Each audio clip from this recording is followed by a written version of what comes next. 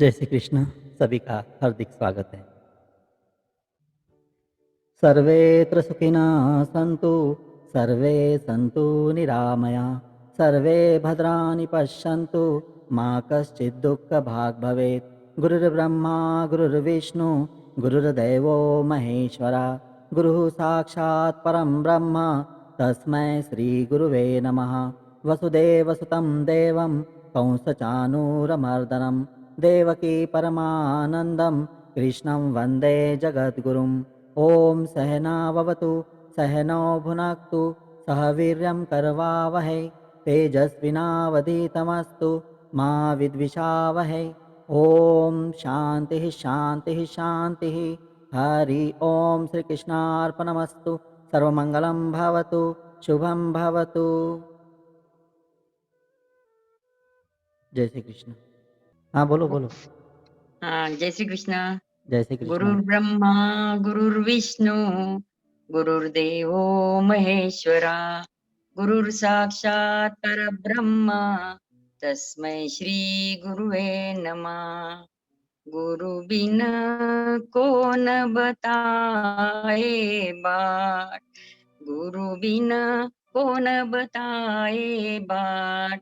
हम तो ऐसे सब इतने भाग्यशाली है कि आप जैसे गुरु हमें मिले हैं और कुछ अच्छे कर्म किए होंगे। जी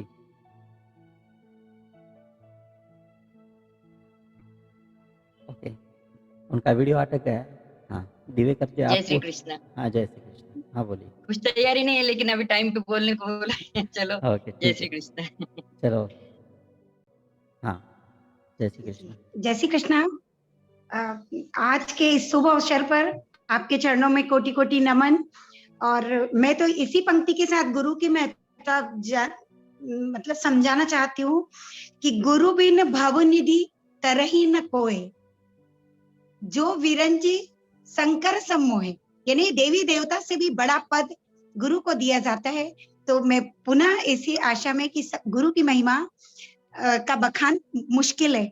आदरणीय गुरुवर के चरणों में सादर नमन। जय श्री कृष्ण।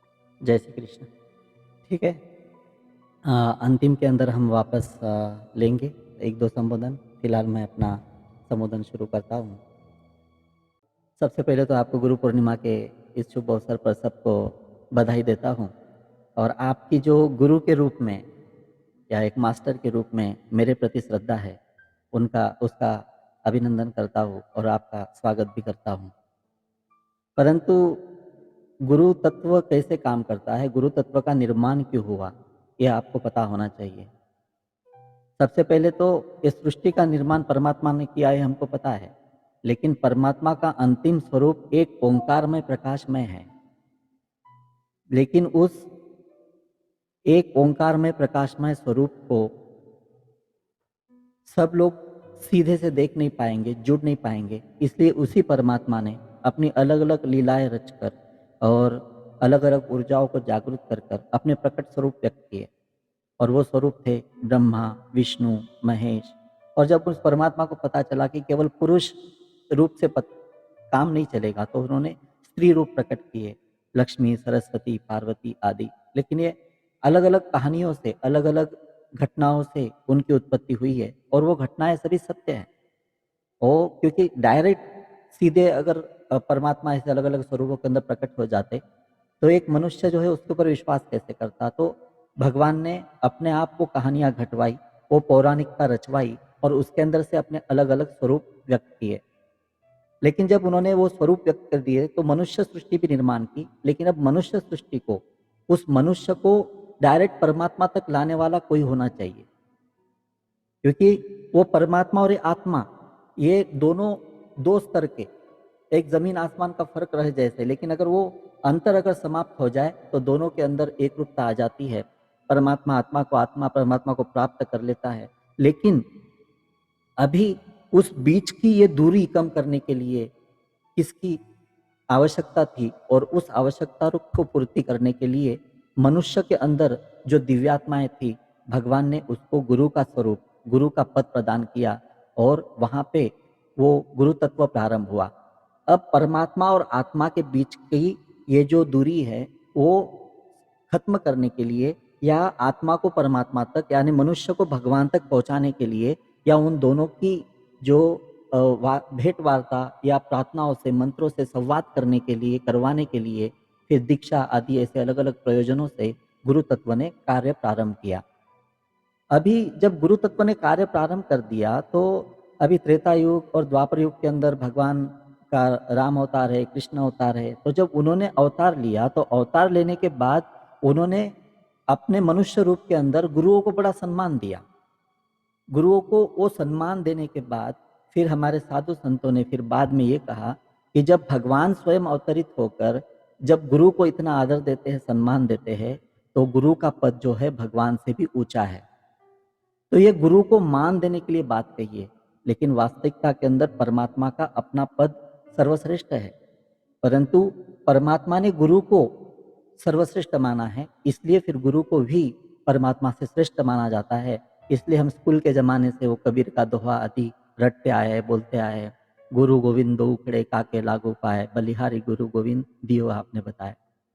तो हमको वो एक लाइन्स पता है, लेकिन उसके पीछे की पृष्ठभूमि क्या है, क्यों साधु संतों ने ऐसे कहा? क्योंकि भगवान भी अवतरित होने के बाद, मनुष्य रूप के अंदर अवतार लेने के बाद पर गुरु के स्वरूप को पूरा सम्मान देते हैं और उनके आदर सत्कार के साथ या उनके आदेशानुसार वो अपना जीवन यापन करते हैं। तो हमने देखा कि जब राजा दशरथ को संतान नहीं थी, तो अगर अभी के मनुष्य को संतान नहीं होगी तो कहाँ पे जाएगा? डॉक्टर के पास जाएगा या बड़े बुजुर्गों के पास जाएगा, कुछ किताबें ढूंढेगा, कुछ उपाय ढूंढेगा। लेकिन उस समय ऐसी चीज़ थी कि इतनी महत्वपूर्ण चीज़ जो राज्य की हो या परिवार की हो, वो ऐसे सामान्य व्यक्तियों के सामने व्यक्त नहीं किया करते थे।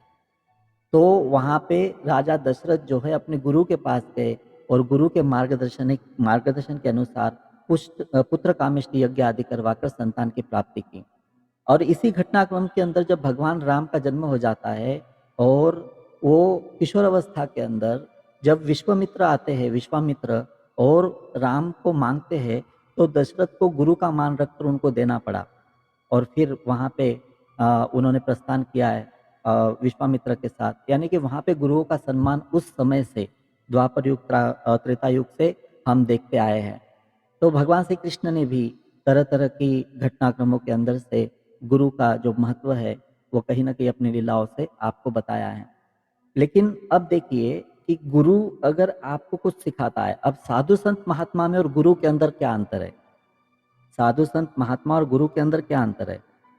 क्या दोनों एक ही है या एक ही व्यक्ति के अंदर दोनों स्वरूप हम देख सकते हैं? तो देखिए, साधु संत महात्मा यानी कि भगवान को जिसने पा लिया है वो साधु है, संत है, महात्मा है, या जिन्होंने संसार से वैराग्य पाकर, संसार से मुक्त होकर केवल भगवत मार्ग को अपना लिया है और अपने भक्ति से परमात्मा की प्राप्ति की है, वो साधु है, संत है, महात्मा है। लेकिन जब वो साधु संत महात्मा जब मार्गदर्शन करने लगते हैं, लोगों को उपदेश देने लगते हैं, लोगों के जीवन को दिशा देने लगते हैं, तो उनको वो गुरु का पद प्राप्त होता है। तो ये एक बहुत रहस्य वाली बात है कि हमने हमेशा ये सच कहा कि भाई जो भी साधु संत महात्मा हो सब गुरु के स्वरूप के अंदर है, लेकिन अब दो गुरु है उसके अंदर, साधु संत महात्मा के अंदर भी, जो स्वशरीर आपके सामने है या जो 100 साल 200 साल 300 साल पहले अपना शरीर त्याग चुके हैं, तो उनको भी गुरु के रूप में मानकर लोग जो है दर्शन आदि करते हैं, समाधि के ऊपर जाते हैं। लेकिन क्या वो गुरु पद उस शिष्य को प्राप्त होता है क्या? जब आपके सामने कोई सशरीर नहीं है, जिस गुरु ने 200-300 साल पहले अपना शरीर त्याग दिया है, उसके समाधि पे जाकर या उसके मंदिर के अंदर जाकर जब आप अपनी आस्था समर्पित करते हो, तो वहाँ पे आपको वो गुरु पद या वो शिष्यत्व उनको प्राप्त होता है क्या? तो इसके अंदर भी एक भेद है, एक रहस्य है। ऐसा है कि वो श्रेष्ठ आत्मा है, वो दिव्यात्मा है, और जब कोई साधु संत महात्मा परमात्मा को प्राप्त कर लेता है तो परमात्मा का तत्व उसके भीतर उतर जाता है। लेकिन उनके जाने के बाद अगर उस स्थान पर कोई समाधि होती है या समाधि या उनकी मूर्ति की या चित्र की स्थापना होती है, तो वहाँ पे जब आप जाते हो तो हमारी समस्त आत्माएं जो होती है यानी मनुष्य जो जाते हैं वो वहाँ पे उनके प्रति अपनी आत्मसमर्पण करते हैं, अपने प्राणों के जो वाइब्रेशंस है, संवेदनाएं वहाँ पे प्रकट करते हैं और उसकी वजह से उस साधु संत का चरित्र जो होता है वहाँ पे जागृत होता है, उनका अस्तित्व का जो अंश है वहाँ पे जागृत होता है। ऐसे समय के अंदर आपको एक लाभ तो यहाँ पे हो गया। क्या लाभ हुआ? उस साधु संत महात्मा से जो परमात्मा की प्राप्ति उन्होंने की थी, तो उस स्थान पर जाने की वजह से भले वो सशरीर हो या ना हो, लेकिन परमात्मा का तत्व जो प्रकट हुआ है वो आपको वहाँ पे कुछ अंश के अंदर प्राप्त हो जाता है, जिससे आपको चमत्कारिक अनुभव आते हैं, आपके जीवन के अंदर परिवर्तन समझ आते हैं आपके समर्पण से और परमात्मा की कृपा से और उस स्थान की वजह से। परंतु अब शिष्यत्व और गुरु पद ये दोनों के अंदर कब वहाँ पे कनेक्शन होगा? अब आप दर्शन तो कर रहे हो, लेकिन उनके चरित्र के द्वारा या उनके ग्रंथ के द्वारा या उनके उपदेशों के द्वारा अगर आपने अपने जीवन के अंदर कुछ उतारना प्रारंभ किया, तो यहाँ पे फिर गुरु शिष्य का बंधन बना। इतने दिन केवल समाधि के दर्शन कर रहे थे या उनके स्थान पर किसी दूसरे शहर के अंदर मंदिर में मूर्ति या चित्र को देखकर समर्पण कर रहे थे, तो केवल परमात्मा के तत्व की प्राप्ति हो रही थी। लेकिन जैसे ही जिस समाधि के या जिस मूर्ति के या चित्र के आप दर्शन कर रहे हो गुरु के रूप में, उन्होंने कोई ग्रंथ लिखा हो, उन्होंने कोई उपदेश किया हो, उन्होंने कोई लीला रची हो, उससे कुछ सार अपने जीवन के अंदर आपने उतारना प्रारंभ किया, तब जाकर आप उस अस्तित्व के शिष्य बने। अन्यथा केवल आप वहाँ पे नमन कर रहे हो और परमात्मा की कृपा उस संत के द्वारा पा रहे हो। तो ये संत और गुरु के भीतर का भेद मिटाने के लिए आपको उनके द्वारा कुछ न कुछ अपने जीवन के अंदर मार्गदर्शन लेना पड़ेगा, तब जाकर वो गुरु शिष्य का बंधन बन जाता है। तो अभी देखिए, अब गुरु के अंदर भी आज के तारीख के अंदर एक समय ऐसा था जब हम गुरुओं को पूजते थे, पूजा करते थे, उनके चरण तक धोते थे, यहाँ तक कि उस चरणों की माटी तक अपने सर को लगा लेते थे। उनके पादुकाएं अगर किसी को मिल जाए तो उसको ऐसे लगता था कोई खजाना मिल जाए, तो उस पादुका की पूजन करते थे। तो क्या आज के तारीख के अंदर ये पॉसिबल है क्या? जैसे आप में से अधिकतम लोग मुझे गुरु के रूप में रिस्पेक्ट देते हैं, तो मेरी क्वालिटी क्या है? क्या उस योग्य मैं हूँ या नहीं हूँ? ठीक है, एक मेरा उदाहरण दे रहा हूँ। ऐसे मेरे जैसे कई लोग हैं और भारत के अंदर कुछ ऐसे घटनाक्रम घटे हैं जिसके कारण गुरु आस्था के ऊपर हमारे लोगों ने उंगलियां भी उठाई है। एक उदाहरण देता हूँ आपको। आसाराम बापू की घटना घटी थी कुछ वर्ष पहले, तो उनके ऊपर केस हुआ था, आपको वो सारी जानकारी है। तो एक मेरे अभिमन्यु गर्भ संस्कार के अंदर जब गुरु तत्व की बात निकली तो किसी ने प्रश्न पूछ लिया, तो ये आसाराम बापू के बारे में आपकी क्या राय है? वो अच्छे व्यक्ति है या बुरे व्यक्ति है? तो मैंने केवल उत्तर ये दिया था कि मैं उनका शिष्य होता तो मैं बताता कि वो अच्छे व्यक्ति है, अगर मैं उनका शिष्य होता तो मैं बताता कि वो बुरे व्यक्ति है, लेकिन मेरा उनसे कोई संबंध ही नहीं है। तो मैं जिस घटनाक्रम का साक्षी नहीं हूँ, तो उसके ऊपर मैं टीका टिप्पणी क्यों करूँ? अगर आपको प्रश्न पूछना है तो जिन गुरुओं का मान है, सम्मान है आपके मन के अंदर, उसके प्रति पूछिए, उसके प्रति बताता हूँ। जहाँ पे विवाद है और आपके मन में प्रश्न चिन्ह है, तो आप मुझे क्यों पूछ रहे हो? फिर मैंने पूछा, आपका क्या संबंध है आसाराम बापू से, बताओ। बोले कुछ भी नहीं। आप शिष्य हो? नहीं। तो फिर आप क्यों वहां पे दखलंदाजी दे रहे हो? आपका क्या संबंध आया वहां पे? तो होता ऐसा है, एक बात, ठीक है, आसाराम बापू की बात निकली तो मैं कोई उनका फॉलोअर नहीं हूँ या उनका समर्थन कर रहा हूँ या उनका विरोध कर रहा हूँ, ऐसी बात नहीं है। लेकिन जो समाज के अंदर गुरु तत्व के प्रति घटनाएं घटती है, उसके ऊपर आज उजागर करने की, कुछ उजाला डालने की, प्रकाश डालने की मेरी इच्छा हुई। आसाराम बापू अगर जेल के अंदर है, वो किसी न किसी अपराध के कारण, या तो इस जन्म का होगा और इस जन्म का उन्होंने नहीं किया होगा, तो पूर्व जन्म का कोई अपराध होगा जिसकी वजह से वो जेल के अंदर है, ठीक है।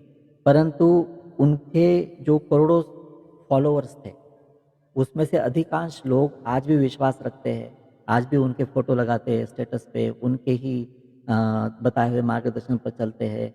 क्यों? क्योंकि उनको गुरु तत्व से मतलब है, उस गुरु तत्व के कारण उनको अनुभव आया है। अब वहाँ पे आसाराम बापू नाम का व्यक्ति था, हो सकता था कि उसके बगैर और कोई होगा, हो सकता था कि उसके बगैर और कोई अन्य होगा, और कोई अन्य होगा, 10 नाम बदल सकते हैं, लेकिन वो जो स्थान था ना गुरु तत्व का, अगर किसी गुरु के गद्दी के ऊपर बैठकर कोई व्यक्ति उपदेश करता है आपको, तो असल के अंदर आप उस गुरु तत्व के अधीन होते हो, उस मनुष्य के अधीन नहीं होते। हमारी गलती क्या हो जाती है कि जो गुरु आपको परमात्मा के तरफ ले जा रहा है, तो आप उस परमात्मा के तरफ देखने के बजाय उस मनुष्य के अंदर ही भटक जाते हैं और उसी को भगवान मान लेते हैं। अगर वो गुरु जो है, अगर खुद को भगवान कहने लगे तो गुरु भी भटक जाता है। गुरु का काम क्या है? आपके बीच और परमात्मा के बीच संबंध बनाना, मार्गदर्शन करना। तो ये काम है। हाँ, आप गुरु को सम्मान दो, ये अलग बात है, क्योंकि वो सम्मानीय स्थान है, क्योंकि परमात्मा तक ले जाने का काम वो आपको कर रहा है, आपको आत्मज्ञान दिलवा रहा है, आपको मार्गदर्शन कर रहा है। तो वो बात बिल्कुल वहाँ पे सही बनती है कि गुरु का मान रखो। लेकिन अगर वहाँ पे गुरु की क्वालिटी अगर किसी कारणवश, अगर लोगों के षड्यंत्र के कारण हो सकता है, या गुरु के स्वयं के किसी गलती के कारण हो सकता है, अगर उसकी छवि धूमिल हो गई आपके मन के अंदर, तो जो पक्के शिष्य होते हैं ना, उनको कोई लेना देना नहीं होता। वो कहते हैं कि हमें अच्छा अनुभव आया, दुनिया से हमको कोई लेना देना नहीं है, तो हमें ना ही उनको घर पे बुला के रखना है, ना ही उनके घर पे जाके बैठना है। उन्होंने हमारे जीवन को अच्छा मार्गदर्शन किया, हम गुरु तत्व को नमन करते हैं और परमात्मा से जुड़े रहते हैं। और जो कच्चे पक्के शिष्य होते हैं वो दुनिया के बहाव के अंदर भटक जाते हैं, और वास्तविकता के अंदर जो घटना घटती है उसको तेल मिर्च लगाकर और न जाने कितनी बड़ी कहानियां बनाकर आपके सामने प्रस्तुत किया जाता है। और ये होता रहेगा जब तक समाज का विरोध करने वाले, धर्म का विरोध करने वाले फिर लोग होंगे, राजकीय पक्ष होंगे, अज्ञानी व्यक्ति होंगे अपने ही धर्म के, तब तक अच्छे और बुरे सभी लोगों के ऊपर ऐसी उंगलियां उठती रहेगी। तो एक उदाहरण मैंने केवल दिया आसाराम बापू का, लेकिन समय समय पर 2-4-5 साल को एक आधी घटना आपके सामने आती है, लेकिन हमारी आस्था, श्रद्धा, विश्वास उससे डगमगाना नहीं चाहिए। तो गुरु की क्वालिटीज होती है। देखिए, पहला गुरु जो है, जो जिसके आप चरण धो सको, जिसके चरण पादुका का भी आप पूजन कर सको, जिसकी फोटो लगाकर आप उसको हार चढ़ाकर, अगरबत्ती लगाकर, प्रसाद दिखाकर भी वो प्रसाद ग्रहण कर सको, ये एक गुरु की क्वालिटी है। तो जिसके अंदर आप पुराने ज़माने के अंदर जाओगे तो स्वामी समर्थ हो गए, गजानन महाराज हो गए, ज्ञानेश्वर महाराज हो गए, नामदेव महाराज हो गए, तुकाराम महाराज हो गए, तो ये सब नाम जो है आपको, ये जो तो उस क्वालिटी के गुरु आज के तारीख के अंदर है या नहीं, उसके ऊपर मैं टिप्पणी नहीं करना चाहता। लेकिन जब आप किसी के शरण के अंदर जाते हो तो वह भगवान के लिए शरण में जाते हो, तो उस गुरु तत्व के माध्यम से उस परमात्मा को पाने की कोशिश करो, अपने भीतर के आत्मज्ञान को पाने की कोशिश करो, तो उसको ही पूछते मत बैठो। हमारी गलती यही हो जाती है कि हम उस मनुष्य को पूछते बैठते हैं, और सच्चा गुरु होगा तो वो कभी भी अपनी पूजा आपसे नहीं करवा कर लेगा। मैं किसी के ऊपर टीका टिप्पणी नहीं करना चाहता हूँ, लेकिन कुछ गुरुओं के अंदर उतनी सिद्धि होती है कि अगर वो अपना मान वहाँ पे इतना अगर शिष्य देते हैं और वो स्वीकार करते हैं तो अलग बात है। परंतु एक सामान्य व्यक्ति, जो संसारी व्यक्ति होता है, जैसे मेरा जैसा व्यक्ति है, जब आपको मार्गदर्शन करता है, आपको दिशा दिखाता है, तो उसको थोड़ा संयम रखना चाहिए। इसलिए मैंने जब सिद्ध योग जीवन शिविर से अपना कार्यकाल प्रारंभ किया तो आध्यात्मिक क्षेत्र के अंदर, और उसके बाद फिर गर्भ संस्कार, रेकी के क्षेत्र के अंदर, मेडिटेशन के क्षेत्र के अंदर हमने कई 15 साल से काम करते आए हैं, लेकिन कभी भी हमने इस बात की अनुमति नहीं दी कि हमारी पूजा की जाए या हमें वो मान दिया जाए। हम केवल एक मास्टर के तौर पे, शिक्षक के रूप में, यानी कि एक स्तर हमने क्या देखा कि जिसकी हम पूजा कर सके वो गुरु। दूसरा गुरु जो आपको अच्छा ज्ञान देता है, तो केवल एक अच्छे व्यक्तित्व के रूप में आप उसका सम्मान कर सकते हो, पूजा नहीं कर सकते, जिसके अंदर हम भी आते हैं। तीसरे गुरु के स्वरूप के अंदर वो लोग आते हैं जैसे आपके स्कूल के टीचर है, कॉलेज के शिक्षक है, जिन्होंने आपको अलग अलग विषय सिखाए। तो वहाँ पे भी हमने प्रार्थना की, गुरु ब्रह्मा गुरु विष्णु गुरुदेव महेश्वरा, गुरु साक्षात परम ब्रह्म तस्मै श्री गुरुवे नमः। तो प्रार्थना की, तो वो प्रार्थना उसके भीतर के गुरु तत्व के लिए थी, उस मनुष्य के लिए नहीं थी। तो ये तीसरे स्तर के गुरुजन है जिसका आप अच्छे भाव से मान रख सकते हो, सम्मान रख सकते हो। और फिर अब आजकल एक फैशन चली है, व्हाट्सएप के मैसेज के ऊपर अब कोई ऐसे डालता है, मेरी माँ ही पहली गुरु है, तो मैं केवल माँ को ही गुरु मानता हूँ, मेरे पिता ही गुरु है। ठीक है, मैसेज आज भी पढ़े होंगे ना आपने, माँ गुरु है, पिता गुरु है। वास्तविकता के अंदर माता पिता का जो मान है वो गुरु से भी ऊंचा है। और ये आवश्यक नहीं है कि आप उसको गुरु कहते बैठो या गुरु को माता पिता कहते बैठो। गुरु का अपना स्थान है, परमात्मा का अपना स्थान है, माता पिता का अपना स्थान है, लेकिन उनका मान बढ़ाने के लिए एक काव्यात्मक ढंग से आप बोल सकते हो, लेकिन वास्तविकता के अंदर गुरु की अपनी स्वतंत्र भूमिका है। माँ क्या करती है, पिता क्या करता है? माँ और पिता आपको जन्म देते हैं, आपको प्रेम करना सिखाते हैं, आपको जीना सिखाते हैं, और वो उनके भीतर से, उनके जीवन से उभर कर आता है, उनके मन से उभर कर आता है, ममता बनकर, स्नेह बनकर, कर्तव्य बनकर, संस्कार बनकर, और शिक्षा देने का काम गुरु का है। ठीक है, तो मैंने 3 क्वालिटीज बताई आपको गुरु की। पहला, जिसकी पूजा कर सके। दूसरा, जो आपको अच्छे मार्गदर्शन करवा रहा है, आपको अच्छा अच्छा ज्ञान दे रहा है, भगवान के तत्व तक ले जा रहा है वो। और तीसरा, आपके स्कूल के टीचर आदि हो सकते हैं। और मैंने जो माता पिता की बात की, अब माता पिता के बाद अब कोई डालता है कि मेरे दोस्त मेरे गुरु है, ये हास्यास्पद बात हो गई। एक दोस्त को, या फिर अब कोई किसी ने आज ही, हाँ मेरी पत्नी हमेशा मुझे सिखाती रहती है, मेरी पत्नी मेरी गुरु है, मतलब ये व्यंग हो गया।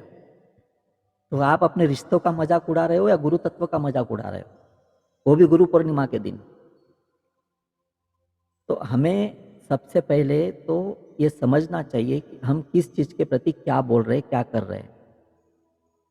अच्छा, फिर अब और एक चीज हो जाती है, रिश्तों को लेकर तो बात मैंने कही, लेकिन हमारे गुरुओं ने जो हमको ज्ञान दिया, ठीक है, आज ये स्वरूप जो है, भगवान श्री कृष्ण कैसे दिखते हैं, ये सबसे पहले किसने व्यक्त किया होगा? श्रीमद् भागवतम लिखी गई, रामायण लिखी गई, लेकिन उसके अंदर ऐसा वर्णन है क्या भगवान की आंखें ऐसी है, भ्रुकुटिकाएं ऐसी है, होठ ऐसे है, नाक ऐसे है? तो साधु संतों ने, महात्माओं ने दर्शन किए, और उस दर्शन के आधार पर वो चित्र, वो मूर्तियां बनाई गई। या कृष्ण के प्रति एक बात कहते हैं कि अभिमन्यु की पत्नी जो थी उत्तरा, उन्होंने सबसे पहले वर्णन किया था कि कृष्ण जी कैसे दिखते हैं, और चित्र फिर वहां पे बनाया गया और मूर्ति वहां पे बनाई गई। तो ऐसा भी वर्णन आता है। परंतु अगर मुख्य रूप से हम देखें तो साधु संत महात्मा ही है जिन्होंने हमको परमात्मा के दर्शन करवाए। वेद पुराण आदि लाखों सालों से पहले लिखे गए, और वो किसी एक व्यक्ति ने नहीं लिख दिया। तो गुरु परंपरा आती रही, और उसके अंदर अध्याय के अध्याय पर जुड़ते रहे, सिद्धांत जुड़ते रहे, और संस्कृत बोली भाषा थी तो संस्कृत भाषा के अंदर वो सारी चीजें आती रही उस समय की, और वो ग्रंथ बने।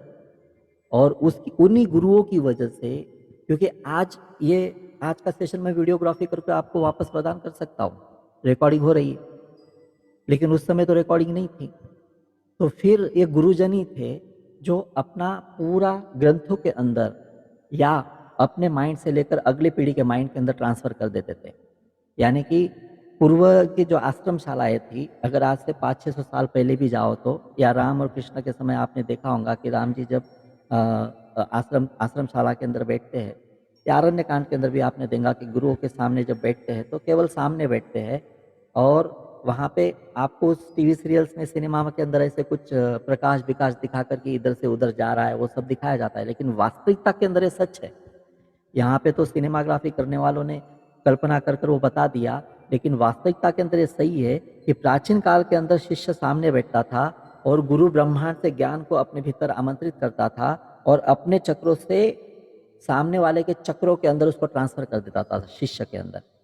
और इस प्रकार पीढ़ी दर पीढ़ी वो ज्ञान चलता रहा, और ब्रह्मांड के अंदर आज भी सारा ज्ञान संग्रहित है। आज भी ब्रह्मांड के अंदर सारा ज्ञान संग्रहित है, जो अगर मैं प्रामाणिकता से इस जगह पर बैठूं तो कई बार मैंने अनुभव किया है, सैकड़ों नहीं हजारों बार अनुभव किया है 15 साल के अंदर, जो मैंने जीवन में कभी पढ़ा नहीं, जो जीवन में कभी मैंने सुना नहीं, वो भी बात मैंने यहाँ पे बैठकर कही है। क्यों? क्योंकि वो स्थान का महत्व है। जब उस स्थान के ऊपर बैठते हो, गुरु के स्थान के ऊपर, और जब सामने बैठने वाले यानी आपके प्रति अगर मैं प्रामाणिक हो जाऊं, समर्पित हो जाऊं, तो मेरी आत्मा परमात्मा की आत्मा से कनेक्ट हो जाती है, ब्रह्मांड के अंदर जो गुरु तत्व है वहां पे कनेक्ट हो जाता है, और ऊपर से वो ज्ञान आने लगता है, भगवान की ओर से ज्ञान आने लगता है, और फिर हम आपकी आवश्यकता के अनुसार वो आपको बोलने लगते हैं। ऐसे हजारों बार हुआ है मेरे साथ, सैकड़ों बार हुआ है कि मैंने न सोची हुई बात, न पढ़ी हुई बात, अचानक आपकी आत्माओं की तरंगें जागृत होती है, और आपके मन के अंदर उभरने वाले प्रश्नों के उत्तर परमात्मा हमारे द्वारा आपको दे देता है। और ये सामान्य घटनाक्रम है। ये तो आपके साथ भी हो सकता है अगर आपने मेरी भूमिका स्वीकार कर ली तो। ये तत्व है, ये काम करेगा ही। तो इस प्रकार ये गुरु तत्व काम करता है। तो आज आप हो, पहले भी थे, आगे भी रहोगे। अगर मोक्ष प्राप्ति नहीं हुई तो आपको वापस आना पड़ेगा इस दुनिया के अंदर, इस मनुष्य के रूप के अंदर। 84 लाख योनि घूमकर व्यक्ति आता है, ऐसे हम सुनते हैं, लेकिन मनुष्य रूप में एक बार आने के बाद बहुत कम संभावना होती है कि वापस किसी दूसरे योनि के अंदर आप जाओ। और मैक्सिमम हम लोग जो है वो मनुष्यों के जन्म ले चुके हैं पहले। एक हाथ दो ही व्यक्ति होंगे, 5-1% जो पूर्व जन्म के अंदर किसी दूसरे योनि के अंदर होंगे। तो हम पहले भी थे, आज भी है, और मोक्ष प्राप्ति नहीं होगी तो आगे भी होंगे। और मोक्ष प्राप्ति होगी तो कहाँ पे होंगे? परमात्मा के भीतर होंगे, यानी गोलोक के अंदर, वैकुंठ लोक के भीतर, वहां पर। तो फिर वो परमात्मा, ऐसे देखिए आपकी एक आत्मा के अंदर इतनी ताकत है कि आप अकेले, आपके अकेले की एक सिंगल आत्मा पूरे पृथ्वी को 180 दिनों तक प्रकाश दे सकती है। कितने दिनों तक? 180 दिनों तक प्रकाश दे सकती है। तो जरा सोचो, ऐसी अनंत आत्माएं जिस परमात्मा के अंदर युक्त होंगी तो उस परमात्मा की ताकत क्या होंगी? केवल एक पृथ्वी नहीं, ये जो आप सूर्यमाला देखते हैं, पूरा आकाश गंगा देखते हैं, ऐसे कई आकाश गंगाओं को प्रकाशित करने वाला परमात्मा है, कई आकाश गंगाओं को। तो पृथ्वी तो उसका एक धूल के कण के बराबर भी नहीं है उस परमात्मा के सामने। उस धूल के कण के बराबर के पृथ्वी के ऊपर हम 130 करोड़ तो भारत के धरा के ऊपर ही मौजूद है, और ये देवभूमि है। और जिसको मोक्ष प्राप्ति होती है उसी को भारत के अंदर जन्म मिलता है। जिसके पूर्व जन्म के अंदर पाप कम हुए होंगे उसको भारत के धरा पर जन्म मिलता है। ये एंट्री गेट है मोक्ष प्राप्ति का, भारत की भूमि आने की ये पहला गेट है जहां पे हमने जन्म लिया है। यहीं से फिर आप उस परमात्मा के पास पहुंच सकते हो, और नहीं पहुंचे तो फिर अपने प्राप्त लोकों का उपभोग कर कर वापस धरा पर आना पड़ेगा। वापस किसी परमात्मा को पाने के लिए किसी गुरु के शरण में जाना पड़ेगा। लेकिन इतना तो पक्का है कि पूर्व जीवन से ये जीवन अच्छा होता है, मतलब प्रोग्रेस होता है, अगले क्लास के अंदर जाते हो आप, डाउन पोजीशन के अंदर नहीं जाते। इसलिए हमेशा अच्छे कर्म करने चाहिए, तो फिर उस परमात्मा को आप धीरे धीरे प्राप्त करने लगते हो। यही गुरु के तत्व का काम है। तो ठीक है, आज के मेडिटेशन के अंदर हम चलते हैं। मेडिटेशन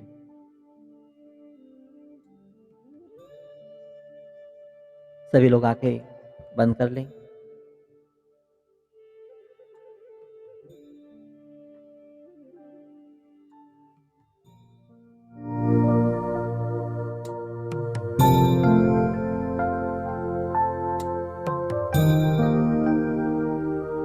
गहरी सांस ले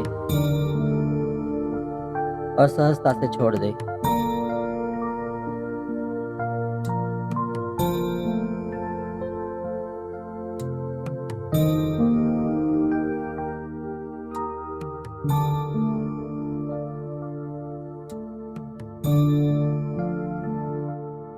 नौ सांसें लेंगे, उल्टी गिनते करेंगे, और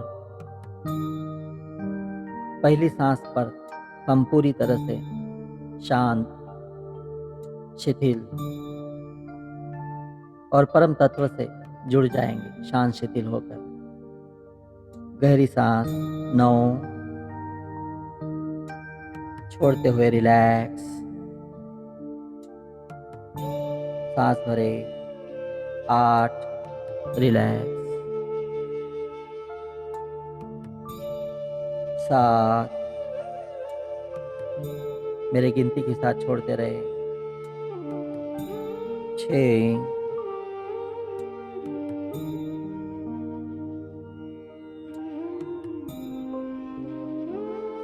5, 4, 3, 2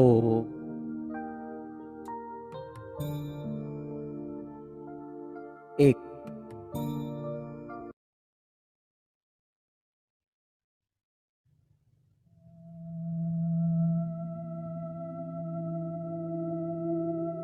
एक आकाश से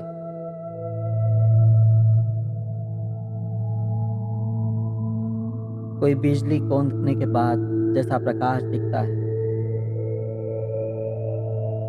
वैसा प्रकाश बगैर किसी ध्वनि से प्रकट हुआ है, बगैर ध्वनि के प्रकट हुआ है और सीधे वो आपके आभामंडल को आकर स्पर्श कर रहा है। जैसे अंधेरे कमरे में कोई दीप जला दे या लाइट जला दे तो प्रकाश होता है, वैसे आपके अंतर जगत के अंदर वो बिजली का प्रकाश आकर बिना ध्वनि के कौंधा है और प्रकाश आपके भीतर फैल गया है। न जाने कितने जन्मों से, कितने दिनों से ये अंधेरा है अज्ञान का।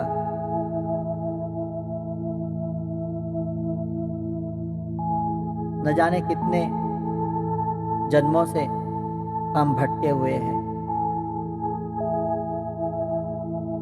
वो मार्ग हमको प्राप्त नहीं हो रहा जो सीधे परमात्मा के पास पहुंचता है। वो मार्ग कोई हमें दिखा दे, और मार्ग दिखाने वाला होता है गुरु तत्व, गुरु।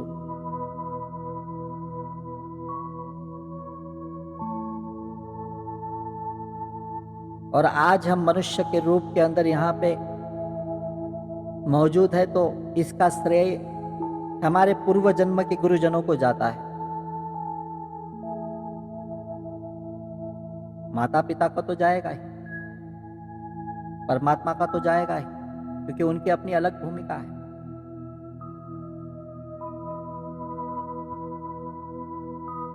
परंतु बिना ज्ञान कोई व्यक्ति आगे नहीं बढ़ता। प्रत्यक्ष अप्रत्यक्ष रूप से गुरु तत्व से जुड़ता है मनुष्य के रूप में। तो पूर्व जन्म के समस्त गुरुजनों को आप मनी मन नमन करो, प्रणाम करो और धन्यवाद दो आज के इस क्षण तक जितना भी आपको प्राप्त हुआ है ज्ञान, उसके लिए। ये न सोचो कि वो शरीर कौन सा था, वो चेहरा कौन सा था, वो लिबास कौन सा था, वो पोशाक कौन सा था, किस परंपरा से आते थे वो गुरुजन, किस ईश्वर के स्वरूप की भक्ति करते थे, कौन सा मंत्र करते थे, कौन सी साधना करते थे। ये न सोचो। जो भी विधियां थी वो परमात्मा को पाने की थी, उन्होंने परमात्मा को पाया। जो भी विधियां थी ज्ञान को पाने की थी, उन्होंने ज्ञान को पाया। और हम कभी परमात्मा के शरण में गए, कभी गुरुओं के शरण में गए, तो परमात्मा के शरण में जाने के बाद भी किसी न किसी माध्यम से गुरुओं तक हम पहुंचे।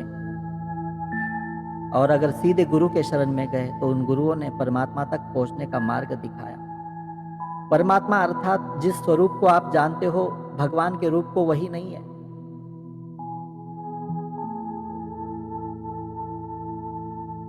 परमात्मा अर्थात परमानंद है।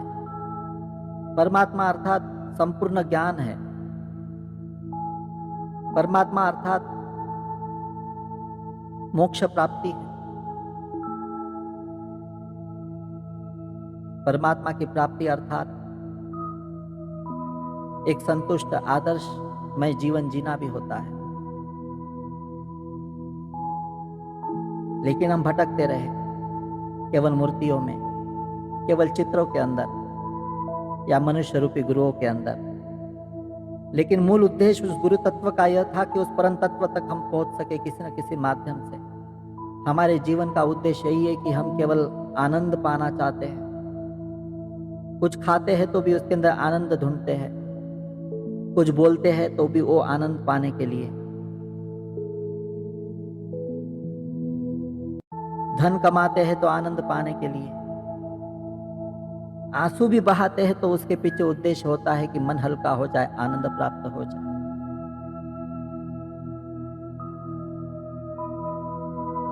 हमारा प्रत्येक कर्म जो है आनंद की दिशा की ओर जाता है और परमानंद परमात्मा के भीतर है, भगवान के भीतर है।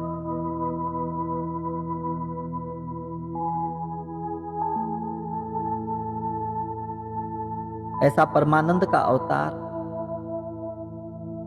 प्रेम का अवतार अगर कोई है तो भगवान श्री कृष्ण का स्वरूप है। इसलिए वो स्वरूप हमको बड़ा सहज लगता है, सरल लगता है, अपना सा लगता है।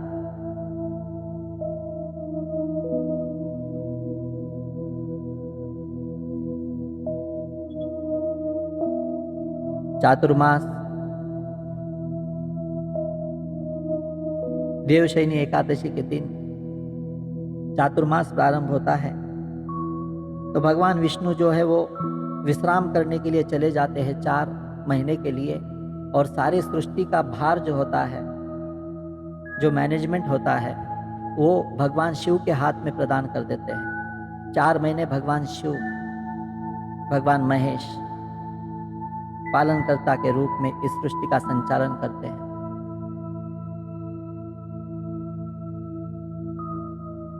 तो ये सारा ज्ञान हमें गुरुओं ने ही प्रदान किया।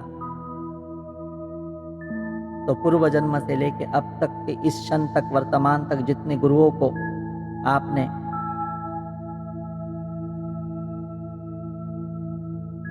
किसी न किसी माध्यम से गुरु के रूप में स्वीकार किया, उनको नमन करो, धन्यवाद दो।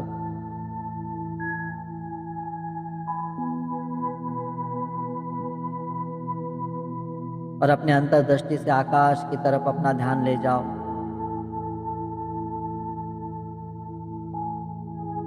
देह अलग हो सकते हैं, मार्ग अलग हो सकते हैं, परंतु गुरु तत्व ऊपर एक, जहां पे ब्रह्मांड का समस्त ज्ञान मौजूद है, वहां से एक प्रकाश प्रकट होता हुआ, और जो जो ध्यान में बैठा है उसकी आवश्यकता के अनुसार वो प्रकाश आपके पास आता हुआ, आपके ऊपर स्पर्श होता हुआ, बरसता हुआ। गुरुर्ब्रह्मा गुरुर्विष्णु गुरुर्देवो महेश्वरा, गुरुः साक्षात् परं ब्रह्म, तस्मै श्री गुरुवे नमः। जिस गुरु तत्व के भीतर जो ज्ञान ब्रह्मा को पता है, वो समस्त ज्ञान मौजूद है। जिस तत्व से भगवान विष्णु, भगवान शिव सृष्टि के चलायमान अवस्था के अंदर अपनी भूमिका निभाते हैं, तो वो रहस्य, वो ज्ञान जिस तत्व के अंदर मौजूद है, सारा विज्ञान जिस गुरु तत्व के एक अंश मात्र जैसा है, उस गुरु तत्व के अंदर मौजूद है। वो गुरु तत्व का प्रकाश आपके ऊपर आकर बरस चुका है।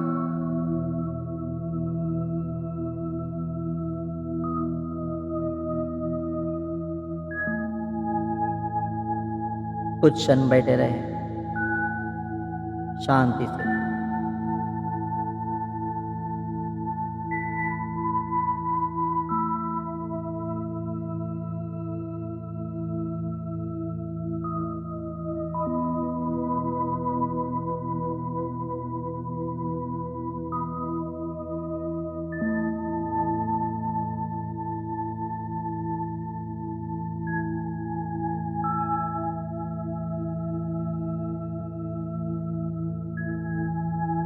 जैसे मंदिर दीपक बिना सुना, ना वस्तु का बेरा,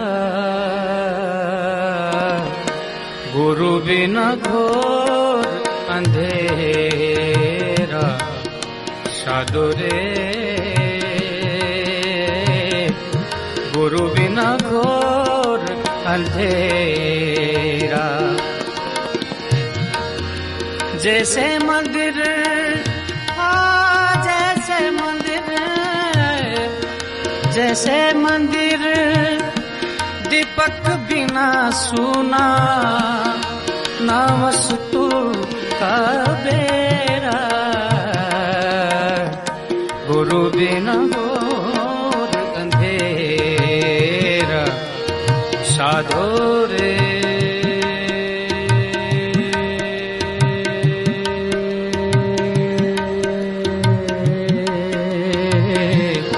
गुरु बिना घोर अंधेरा। मृग के नाभि बस कस्तूरी, मृग के नाभ बस कस्तूरी, और नाही मृग ने बेरा, ना मृग ने बेरा। गाफल हो, गाफल हो, गाफल हो के फिरे बनखंड में, सूंगे घास घनेरा, गुरु बिना घोर अंधेरा, साधो रे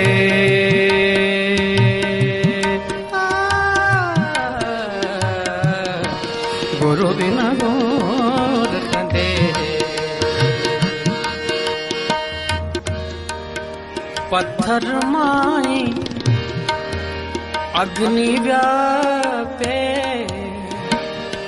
हो हो हो हो, हा हा हा हा हा,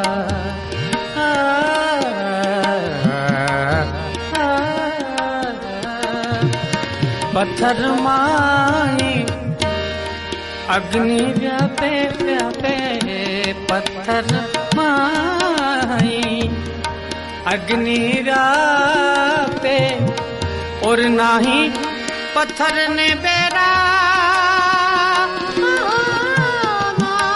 पत्थर ने बेरा। चकमक चोट, चकमक चकमक चकमक चकमक चकमक चोट लगे, गुरु गम की आग फिरे चौफेरा, गुरु बिना घोर अंधेरा, साधो रे गुरु बिना घोर अंधेरा।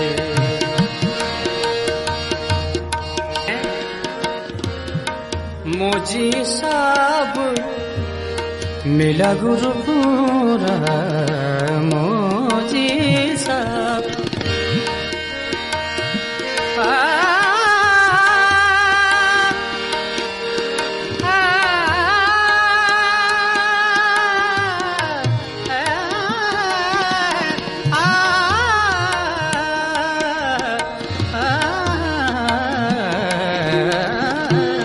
मोजी साहब मिला गुरु पूरा पूरा, मेरा जाग्या भाग्य भलेरा, जाग्या भाग्य भलेरा। कहे मन रूप पुराण जी के सर ने, चरण कमल चित मेरा, गुरु बिना घोर अंधेरा, साधो रे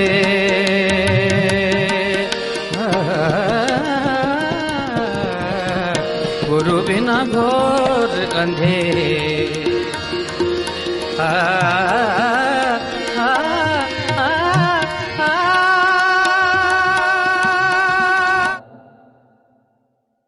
रेचक, पूरक। ओम।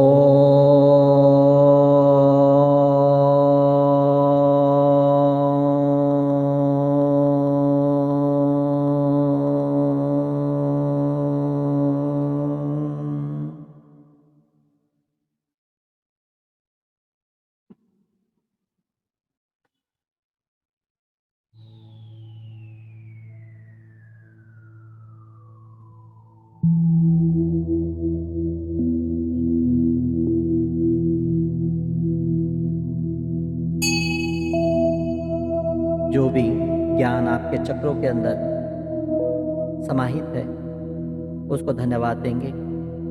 धन्यवाद दे पहले चक्र को, मूलाधार चक्र।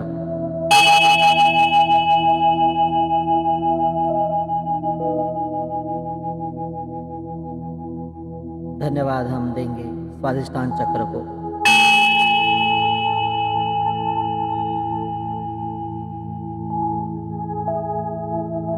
मणिपुर चक्र से संबंधित जो भी ज्ञान आपने पाया है तो मणिपुर चक्र को धन्यवाद दें।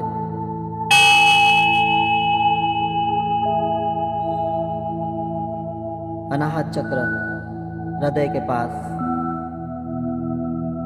न केवल ज्ञान तो दया, ममता, करुणा, प्रेम सब कुछ एक जगह पर। तो धन्यवाद अनाहत चक्र को।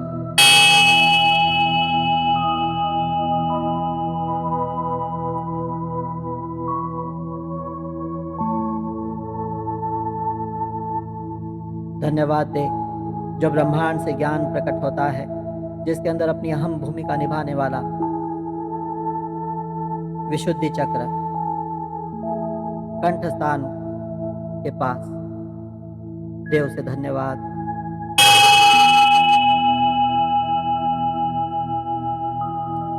धन्यवाद दे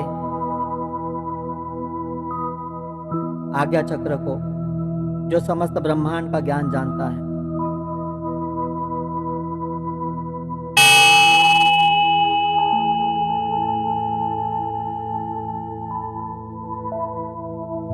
धन्यवाद सहस्त्रार चक्र को।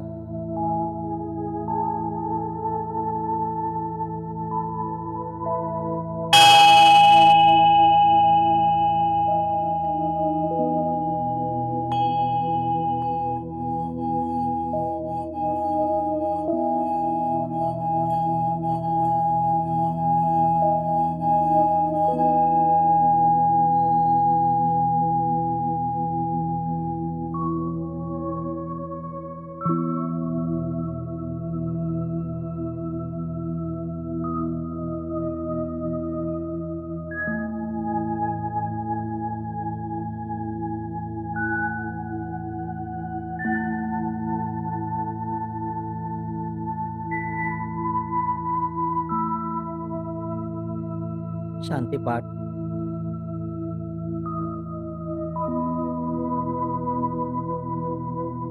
असतो मा सद्गमय तमसोर्मा ज्योतिर्गमय मृत्योर्मामृतं गमय। ओम शांति शांति शांति। हरि ओम श्री कृष्णार्पणमस्तु। सर्वमंगलं भवतु, शुभम भवतु। हाथों का घर्षण चेहरे पे घुमाए, धीरे से अपनी आंखें खोलें।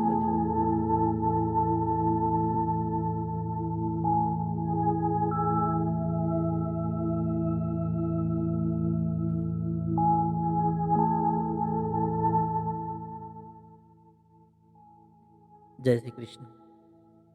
चेहरे पे मुस्कुराहट। हमारी कोशिश होती है कि आपको उस तत्व से जोड़कर ध्यान के अंदर किसी तरह से स्थिर रखे, लेकिन बीच बीच में किसी के मन में कोई विचार आ जाता है, चला जाता है, तो इसका मतलब ये नहीं कि आपका ध्यान नहीं हुआ। ध्यान ऐसी चीज है कि जो एक सेकंड के लिए भी प्राप्त हो जाए तो चमत्कार कर जाता है। तो आपने तो काफ़ी कई मिनट उसके अंदर बिता दिए। तो आज का ये अ, गुरु पूर्णिमा का ध्यान था। एक अंतिम उपदेश जो गुरु पूर्णिमा के निमित्त से मैं आपको करना चाहूँगा वो ये है कि हम सनातन हिंदू धर्म की परंपरा के अंदर जब जन्म लेते हैं, उसके अंदर सनातन हिंदू धर्म का उत्पत्ति कब हुई, इसका कोई तिथि नहीं लिखी हुई है, लाखों सालों से है। परमात्मा के सृष्टि के साथ उत्पन्न हुआ धर्म और उत्पन्न हुई संस्कृति है सनातन हिंदू धर्म परंपरा। हाँ, हम एक ये जो सनातन धर्म की परंपरा है, उसका ऐसा कोई प्रमाण नहीं है कि कितने लाखों साल पहले से है। तो हम केवल युगों के हिसाब से जानते हैं कि इस युग के अंदर ये घटनाएं घटी, ये सारी चीज़ें हुई। तो ये हमारे गुरुओं ने दिया हुआ ज्ञान है। आप गुरु तो छोड़ो, आप अपने पूर्वजों के ज्ञान के एक 1% के लाखवें हिस्से की बराबरी नहीं कर सकते, इतना कम ज्ञान है हमारे पास। तो हमारे गुरुजनों ने हमको जो ज्ञान दिया है, जो हमारे पूर्वजों ने हमको ज्ञान दिया है, उसके ऊपर कोई दूसरे धर्म का व्यक्ति आकर अगर टीका टिप्पणी करता है या कोई किताब लिख देता है या कोई सिनेमा बना देता है या कोई हमको गलत आपत्तिजनक वहाँ पे चित्र के द्वारा, सिनेमा के द्वारा या किसी न्यूज़ के द्वारा या फिर किसी किताब के द्वारा ऐसे अपमान करता है हमारे संस्कृति का, तो हमारा असल में खून खोलना चाहिए। असल में ऐसे व्यक्तियों को तो जिंदा रहने की भी अनुमति नहीं है इस धरा के ऊपर, परंतु हम सहिष्णुता के आधार पर सबको क्षमा करते हैं। तो क्षमा कर सकते हैं, परंतु अपने धर्म का अपमान सहकर आप अपने गुरुजनों का अपमान करते हो, आप अपने पूर्वजों का अपमान करते हो। ध्यान रखना, 800 वर्ष मुगलों के साथ लड़ते हुए, 800 वर्ष मुगलों के साथ लड़ते हुए, 150 वर्ष अंग्रेजों के साथ लड़ते हुए अगर हमारी पहचान आज हिंदू है तो केवल हमारे पूर्वजों की कट्टरता की वजह से, हमारे गुरुजनों की वजह से है। और हमारे धर्म के ऊपर कोई आकर ऐसी प्रतिक्रिया दे और उसको हम माने तो हमारा इस धरा के ऊपर जन्म लेना भी कलंकित है, कलंकित है। गलती से जन्म ले लिया हमने इस धरा पर। अगर हमारी संस्कृति का, हमारे धर्म का अपमान अगर हम सहते हैं तो कभी भी ऐसे सिनेमाओं को, ऐसे किताबों को, ऐसी चीज़ों को आप रिस्पांस मत दे। कम से कम इतना तो कर सकते हो, विरोध नहीं कर सकते तो कम से कम अटेंड तो मत करो, ताकि आपके बच्चे, आपकी पीढ़ियाँ अपने गुरुजनों का, अपने संस्कृति का अपमान न करें। और समय समय पर ये बातें घटती जा रही। कोई व्यक्ति नहीं आने वाला बार बार जगाने के लिए, आपको जगना पड़ेगा खुद। बस यही हमारे गुरुजनों को आप पूरा रिटर्न्स दे, क्योंकि आज जो आपको गुरु नज़र आ रहे हैं, चाहे मैं हो या आपके स्कूल के, कॉलेज के शिक्षक हो या आपने किसी संत साधु महात्मा को गुरु के रूप में स्वीकार किया हो, तो आज आपको नज़र आ रहे हैं। लेकिन आपके न जाने कितने जन्मों से आप कितने गुरुओं के साथ कनेक्ट हुए हो और कितने गुरुजनों ने इस सनातन संस्कृति को संभाल कर रखा है। तो इसको संभालने का काम आपको करना पड़ेगा और यही आपकी गुरु दक्षिणा होगी समस्त गुरुजनों के प्रति। इतना ही मैं आपको आह्वान करता हूँ। आज का सत्र कैसे लगा तो आप ज़रूर टिप्पणी डालें अपने ग्रुप्स के अंदर, और इसकी रिकॉर्डिंग जैसे मुझे समय होगा तो मैं आपको उपलब्ध करवाऊँगा। लेकिन फ़िलहाल हाँ, जो मैंने अभी ध्यान के अंदर गीत बजाए थे गुरु के, तो एक्चुअली सेशन स्टार्ट करने के 5 मिनट पहले हमने फटाफट ढूंढ कर निकाले गुरु शब्द देखकर, यानी हमने एक भी नहीं सुना था कि कौन सा बजाना है, और टाइम के ऊपर हमने 2-3 बजा दिए बस सेलेक्ट कर कर, क्योंकि हमको भी नहीं पता था कि उसके अंदर क्या कहा गया है। लेकिन गुरु के भजन थे, तो गुरु का जो चिन्मय आनंद होता है, प्रेम होता है, तो वो वहाँ पे अब कभी कुछ शब्दों का उपयोग कर लेता है केवल वो भाव प्रदर्शित करने के लिए। तो मैंने देखा नहीं था, ऐसे बजा दिए। तो मैं कोई अच्छा गीत डालकर वो आपको जो मेडिटेशन होगा वो प्रदान करूँगा सोच समझ कर।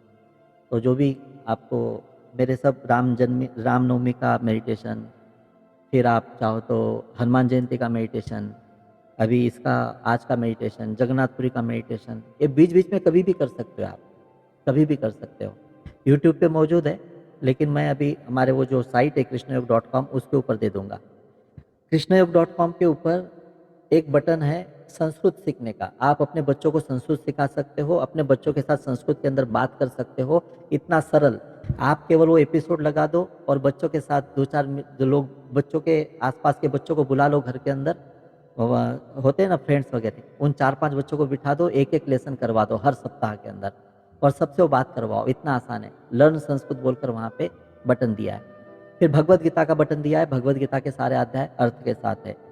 अ, अपनी रामायण जो है, रामानंद सागर की पूरे एपिसोड दिए मेरे वेबसाइट पर, आप पूरे एपिसोड देख सकते हो। डिवाइन म्यूजिक बोलकर बटन है, उसके ऊपर कई मेरे गिने चुने भजन हैं और भी मैं अपडेट करने वाला हूँ, तो भजनों का आनंद भी वहाँ पे आप ले सकते हो। तो हमारी कोशिश है कि और भी उसके ऊपर जो भी हम आपको दे सके देंगे और अधिक से अधिक चीज़ें उसके साथ जोड़ेंगे, तो उस साइट से लोगों को जोड़े और केवल खुद जागरूक न हो तो अपने बच्चों को साथ लेकर आस पड़ोस के बच्चों को जमा कर कर उनको ये थोड़ा सा ज्ञान वगैरह देने की कोशिश करो और स्वयं एक गुरु का स्वरूप धारण कर कर, क्योंकि तीसरा स्तर मैंने बताया था ना, गुरु का जो शिक्षकों का होता है, एक अच्छे व्यक्ति का होता है, उस गुरु तत्व के अंदर प्रवेश कर कर जिन लोगों को जो भी अच्छा ज्ञान दे सकते हो आप ज्ञान दो, तो आपकी एक सहायता इस सुंदर विश्व रचना के अंदर और परमात्मा के सृष्टि रचना के अंदर उनको प्राप्त होंगी और भगवान की कृपा और गुरु तत्व की कृपा आप पर ऊपर बरसती रहेगी। चलो और कोई? सर एक श्लोक आपके लिए।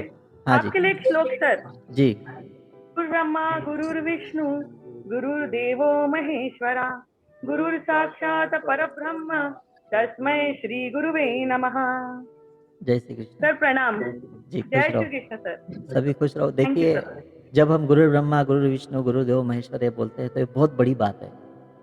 वास्तविकता के अंदर मैंने अभी आपको कहा भी कि आप गुरु तत्व को नमन कर रहे हो, मनुष्य को नहीं कर रहे हो। मैं तो निमित्त बन जाता हूँ, लेकिन आपका जो भी भाव है वो उस गुरु तत्व तक पहुँच जाता है। तो आपके जो भी मेरे प्रति भाव है मैं सब भगवान श्री कृष्ण के चरणों के अंदर समर्पित करता हूँ, क्योंकि मैंने योगा का किसी से सीखा होगा, रेकी किसी से सीखी होंगी तो वहाँ पे मेरे कोई गुरु मौजूद है। योगा सीखा तो योगा के अंदर कोई गुरु मौजूद है। लेकिन जो मैंने मेडिटेशंस लिए हैं अलग अलग तरह के और जो मैंने अभिमन्यु गर्भ संस्कार कार्य उत्पन्न किया है, वो उसके अंदर मेरे कोई गुरु नहीं थे। तो वो गुरु कौन है? तो भगवान श्री कृष्ण है। तो उनके द्वारा तो ये कृष्ण वंदे जगत गुरु है। और मैंने आज एक लाइन वहाँ पे लिखी थी कि मेरे उस सुबह के जो भी आपको फ्लायर्स आया होगा गुरु पूर्णिमा का, कि श्रीमद् भागवत, श्रीमद् भगवत गीता, रामायण, ये सारे ग्रंथ जो है वो गुरु स्वरूप ही है। तो जिसको मनुष्य के रूप में कोई गुरु प्राप्त नहीं होता, वो इन ग्रंथों का अध्ययन करे, इन ग्रंथों के द्वारा, क्योंकि इन ग्रंथों के अंदर हमारे प्राचीन काल से गुरुओं का आशीर्वाद, गुरुओं का ज्ञान भी समाया है और स्वयं परमात्मा की मौजूदगी उसके अंदर है, यानी भगवान की वाणी भी है उसके अंदर मौजूद है। तो इससे अच्छा गुरु तत्व आपको और कहीं से प्राप्त नहीं होगा। तो श्रीमद् भागवत, श्रीमद् भगवत गीता, रामायण आदि ग्रंथों से जुड़े रहे और उसका मार्गदर्शन आप हमेशा लेते रहे। तो आज के सत्र का हम यहाँ पे समापन करते हैं। जय श्री कृष्ण सर। जय श्री कृष्ण, जय श्री कृष्ण, जय श्री कृष्ण सर। जय श्री कृष्ण, जय श्री कृष्ण, जय श्री कृष्ण, जय श्री कृष्ण, जय श्री कृष्ण, जय श्री कृष्ण, जय श्री कृष्ण, जय श्री कृष्ण। जय श्री कृष्ण।